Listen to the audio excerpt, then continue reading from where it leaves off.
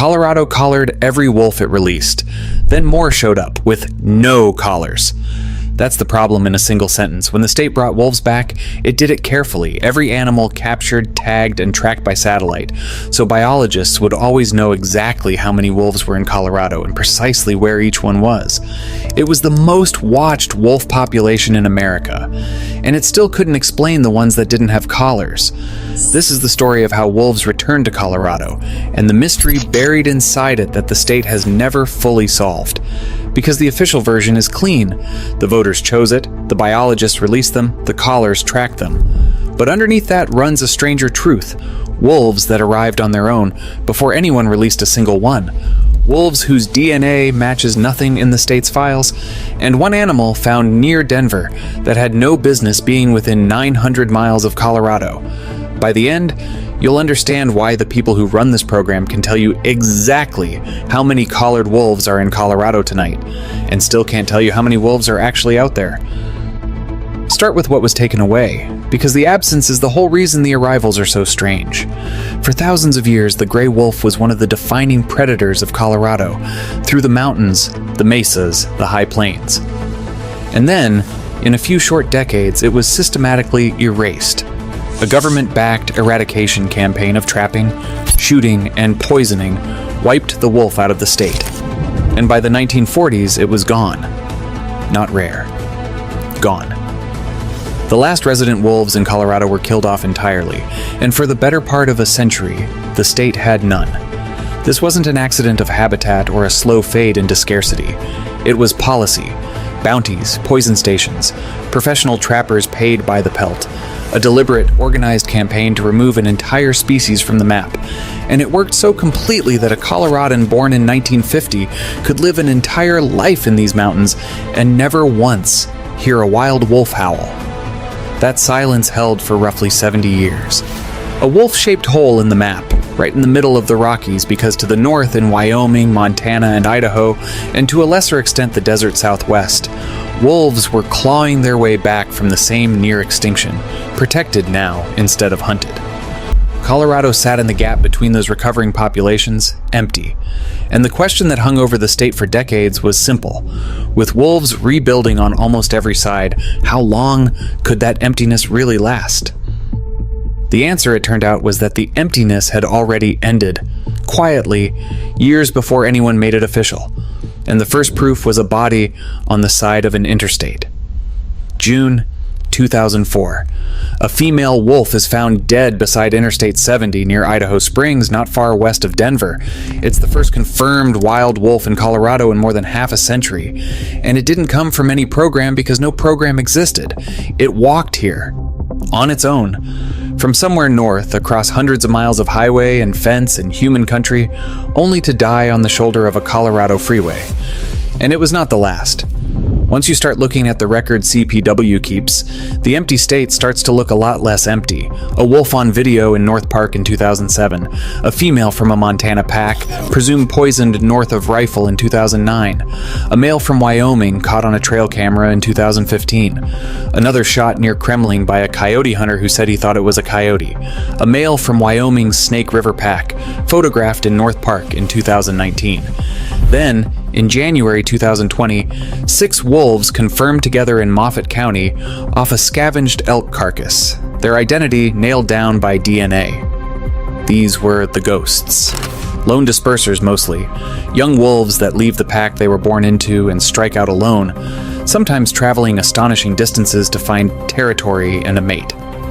Wolves have been documented covering hundreds of miles on these journeys, and the Northern Rockies population had grown enough that its overflow was spilling south, one animal at a time, back into the state that had spent decades making sure there were none. And then it went further than a lone wanderer.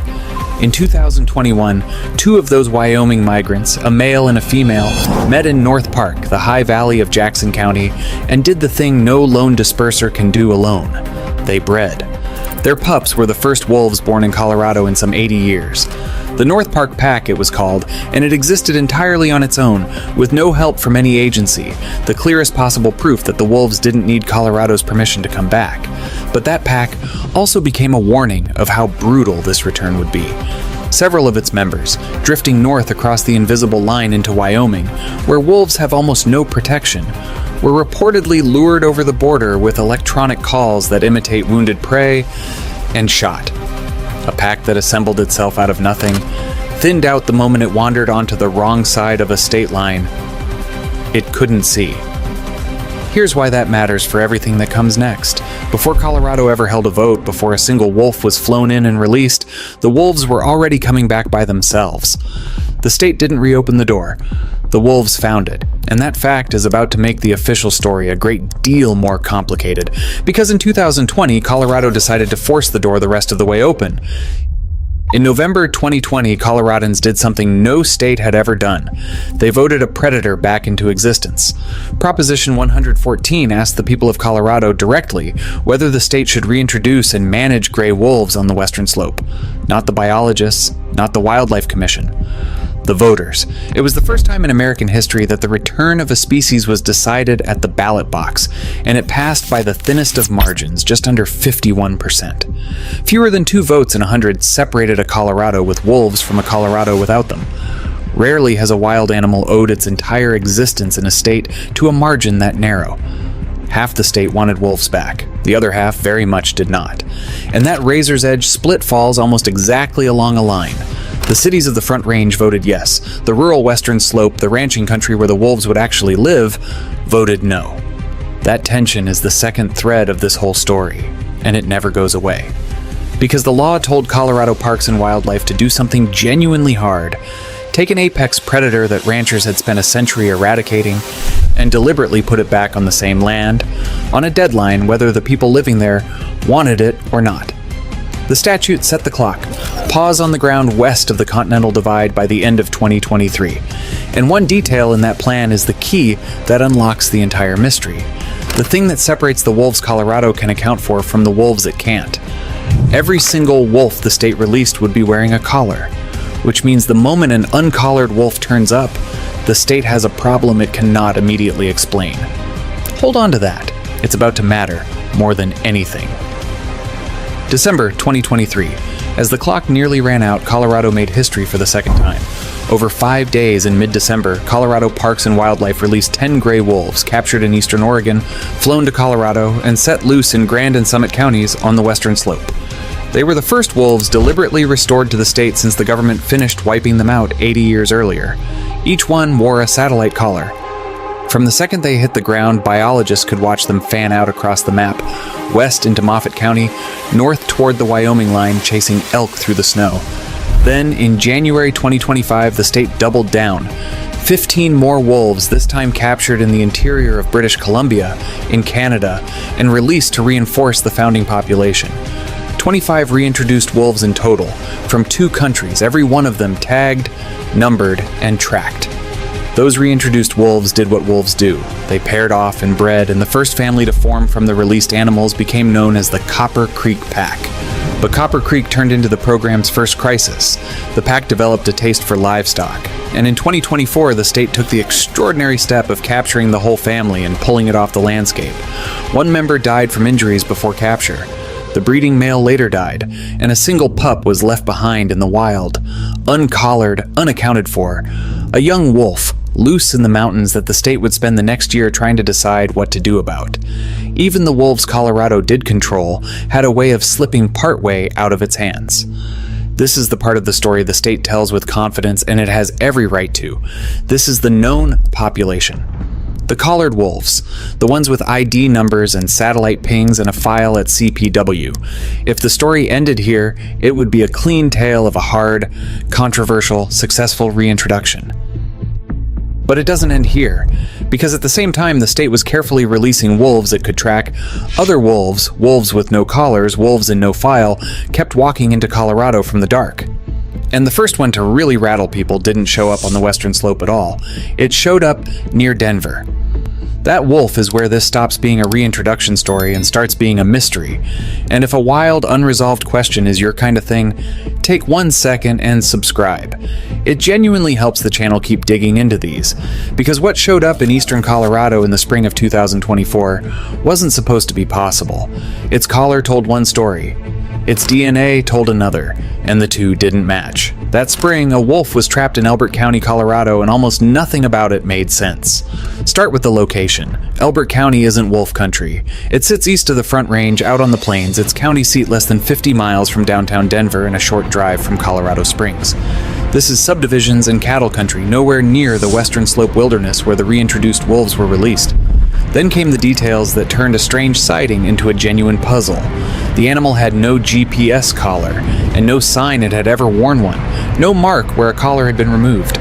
Colorado's own wolf tracking map showed none of the state's known wolves anywhere near the county, so the federal lab ran its DNA, and the results stopped everyone cold. This wasn't a reintroduced wolf that had slipped its collar. It wasn't a disperser from Wyoming or the Northern Rockies.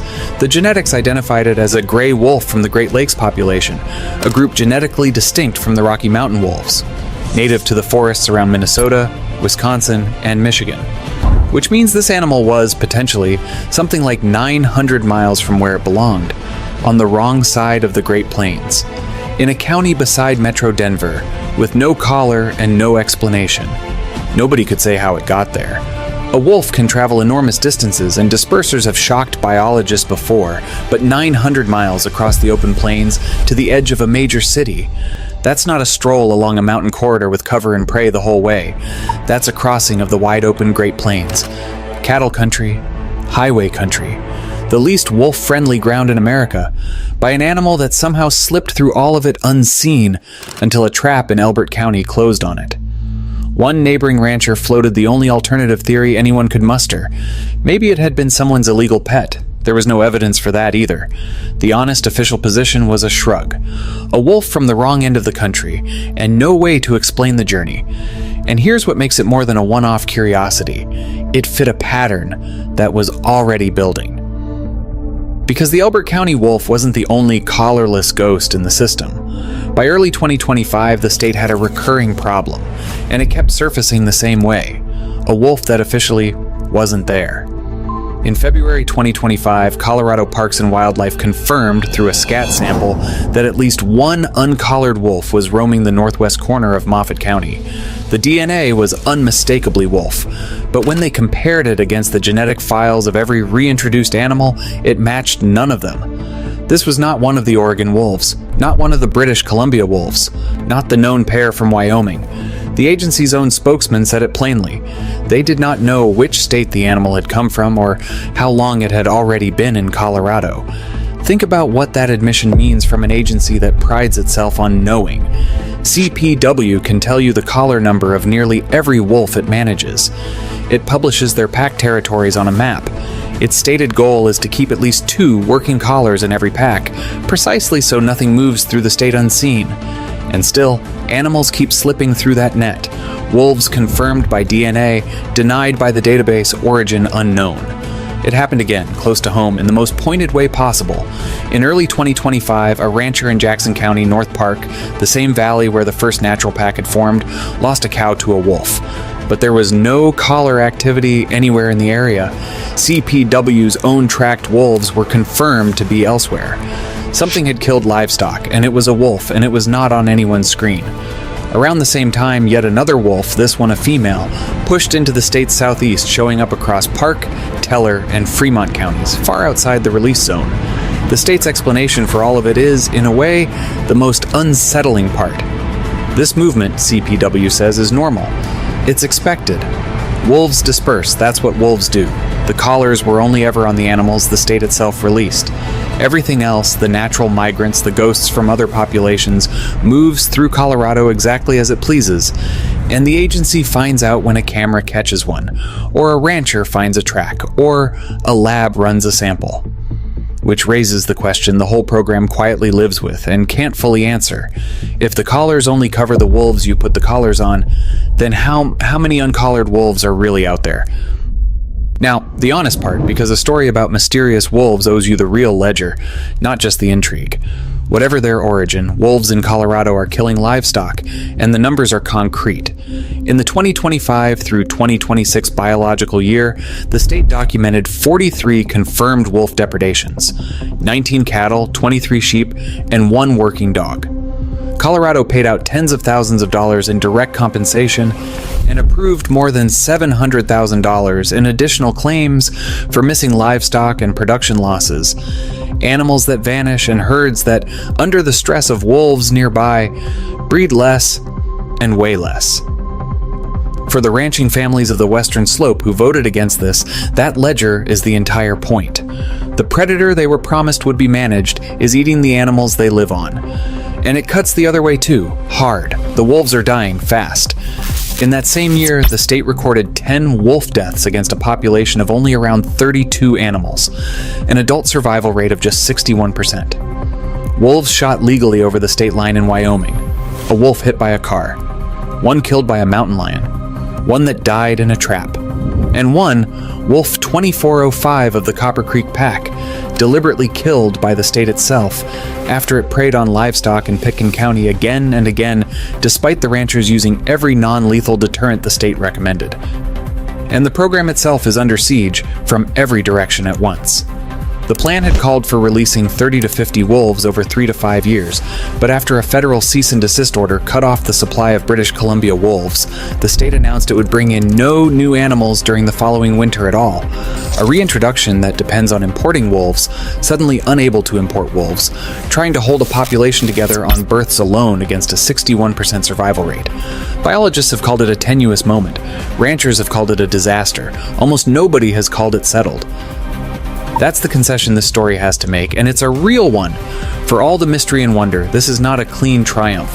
It is a hard, bloody, expensive, deeply contested experiment, with dead cattle on one side and dead wolves on the other, and a rural population that never wanted it living with it anyway. The wonder and the cost are the same story. But even that hard ledger only counts the wolves the state can see. And the deepest question in this whole saga isn't about the ones on the map, it's about the ones that aren't. So here's the thing at the center of all of it. The reason nobody knows where they came from is not a headline exaggeration, but a literal, admitted fact. Colorado's entire ability to know its wolves rests on the collar. The collar is how they count them, track them, map their packs, and assign the depredations. At the end of the most recent biological year, the official minimum count was 32 wolves, a number the state can stand behind precisely because those are the animals wearing collars or traveling with ones that do. But CPW says the quiet part out loud in its own reports. That map shows the collared wolves. The distribution of wolves without collars is not depicted. In other words, the official number is a floor, not a ceiling. It is the count of the wolves the state chose and tagged, plus whatever ghosts happen to get caught on a camera or a scat sample. And the ghosts are real. A Great Lakes wolf near Denver, 900 miles out of range, no collar, no explanation. A Moffat County wolf whose DNA matched nothing in the files. An uncollared killer in North Park that wasn't on a single screen. A female drifting through the southeastern counties. The confirmed natural dispersals stretching back through 2019, 2015, 2009, 2006, 2004, every one of them a wolf that arrived with no help, no collar, and often no traceable point of origin because, as the state itself admits, only a small fraction of the wider Rocky Mountain wolf population is marked at all. When a wolf leaves Wyoming or Montana or somewhere farther, it doesn't carry papers. It just walks. A dispersing wolf can cover ground at a pace that defies belief. Young animals have been tracked moving hundreds of miles in a matter of weeks, crossing highways, rivers, mountain ranges, and state lines without pause, driven by nothing more than the oldest instinct their species has to find unclaimed country and a mate. Colorado, sitting in the gap between recovering populations north, west, and south, is exactly the kind of unclaimed country that instinct points toward. The state didn't just invite wolves in, it sits at the crossroads every wandering wolf in the region is already pointed at. This is the reveal, and it reframes the entire program. Colorado did not so much reintroduce wolves as accelerate a return that had already started on its own, and in doing so, it built a detailed, careful, satellite-tracked map of exactly one slice of the wolves in the state, the ones it released. Everything outside that slice is guesswork. The reintroduction gave Colorado a number it can defend. It did not give Colorado the truth, because the truth is that wolves are moving back into this state through a door the state doesn't control. From populations it can't fully sample, on journeys it can't always trace, and the collar, the one tool the whole program is built on, is blind to every wolf that didn't come out of a CPW crate. So when someone asks how many wolves are really in Colorado tonight, the most honest possible answer is the one that should raise the hair on your neck. At least 32. And nobody, not the biologists, not the ranchers, not the agency with its maps and its collars, can tell you the real number or where all of them came from. The collar was supposed to be the answer to that question. Instead, it became the measure of how much the state can't see. Everything the collar touches, Colorado knows cold, and everything it doesn't is a shadow moving through the sagebrush at night, real enough to kill a cow, invisible enough to leave no name. Step back, and the shape of it gives itself away. We started with a state that thought it was writing a clean story. Voters, biologists, collars, a controlled return of a species on a deadline. And the closer we looked at the edges of that clean story, the more the control dissolved. A body on a freeway in 2004. A Great Lakes ghost near Denver. DNA that answers to no file, a killer with no collar in the valley where it all began. The wolves, it turns out, were never really following our script. Colorado held a vote and flew in 25 animals and told itself it was in charge of the timeline.